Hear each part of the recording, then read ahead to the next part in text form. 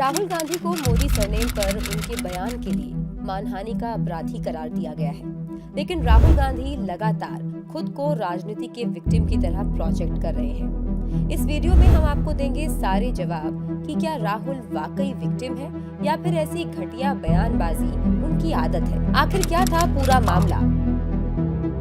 2019 के आम चुनावों से पहले राहुल गांधी ने कर्नाटक के कोलार में भाषण दिया, जहां उन्होंने मोदी समुदाय का अपमान किया, जो पिछड़ा वर्ग यानी कि ओबीसी श्रेणी में आता है। इस बयान के खिलाफ मोदी समुदाय के एक व्यक्ति ने अदालत का दरवाजा खटखटाया। 23 मार्च 2023 को राहुल गांधी को एक मामले में सूरत की अदालत ने दोषी ठहराया और 2 साल की जेल की सजा सुनाई। अदालत ने राहुल गांधी को माफी मांगने और मामले को शांत करने का विकल्प दिया, लेकिन राहुल गांधी ने इनकार कर दिया। क्या राहुल गांधी को अयोग्य ठहराने में बीजेपी का हाथ था?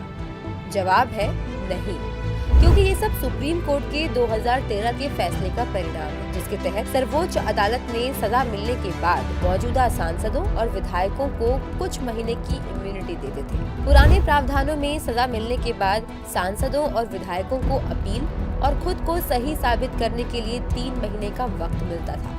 इसीलिए 2013 के बाद से कोई भी सांसद या विधायक अपराधी करार दिए जाने के बाद खुद ही पद के अयोग्य हो जाता है, और इस मामले में किसी को भी विशेषाधिकार नहीं दिया गया है, न अध्यक्ष को, न भाजपा को और न ही प्रधानमंत्री को। इस बारे में एक इंटरव्यू में गृह मंत्री अमित शाह ने भी स्पष्ट किया कि किस तरह कांग्रेस लोगों को गुमराह कर रही है। बहुत बड़ी भ्रांति फैलाने का प्रयास कांग्रेसी नेता कर रहे हैं। को सजा होती है उसी क्षण से आपकी सदस्यता रद्द हो जानी चाहिए। इस सुप्रीम कोर्ट का वर्डिक्ट है, 2013 का है, जब राहुल जी की माता जी के नेतृत्व में यूपीए चलता। हम तो दूर दूर तक नहीं थे।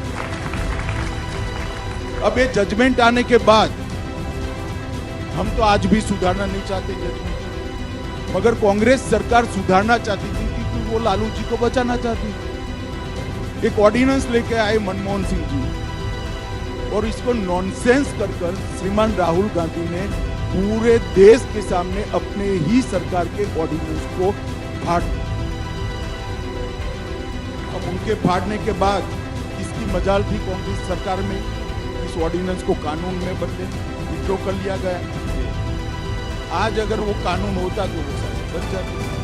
अब नजर डालते हैं सूरत की अदालत के फैसले पर। अदालत ने शिकायतकर्ता पूर्णेश मोदी को इस बयान में पीड़ित पाया और राहुल गांधी की दलील को खारिज किया।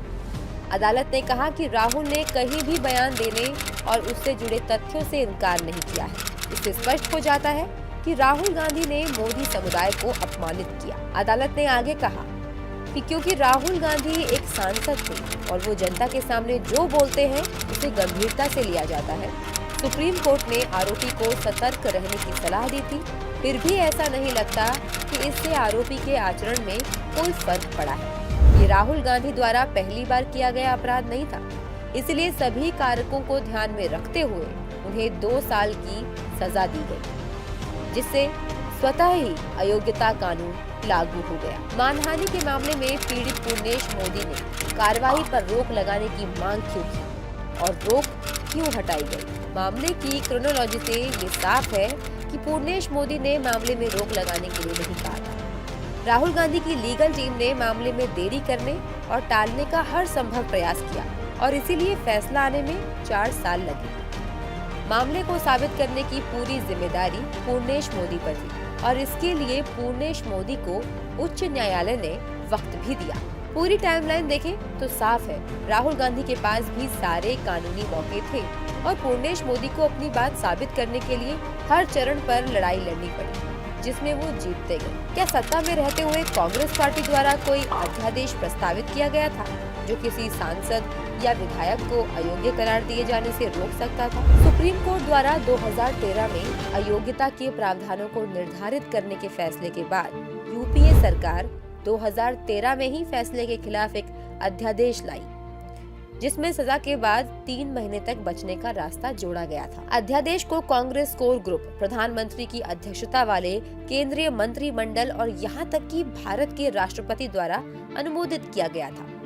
27 सितंबर 2013 को राहुल गांधी ने दिल्ली में प्रेस क्लब ने एक आश्चर्यजनक और नाटकीय अंदाज में अध्यादेश को पूरी तरह से बकवास करार दिया और कहा कि इसे फाड़ दिया जाना चाहिए और इसे बाहर फेंको। इस पूरे प्रकरण का लाइव प्रसारण हुआ, जो तत्कालीन प्रधानमंत्री मनमोहन सिंह के नेतृत्व वाली तत्कालीन सरकार के लिए शर्मिंदगी का सबब बना। क्या ये पहली बार था जब राहुल गांधी ने गैर जिम्मेदाराना ढंग से बात की थी?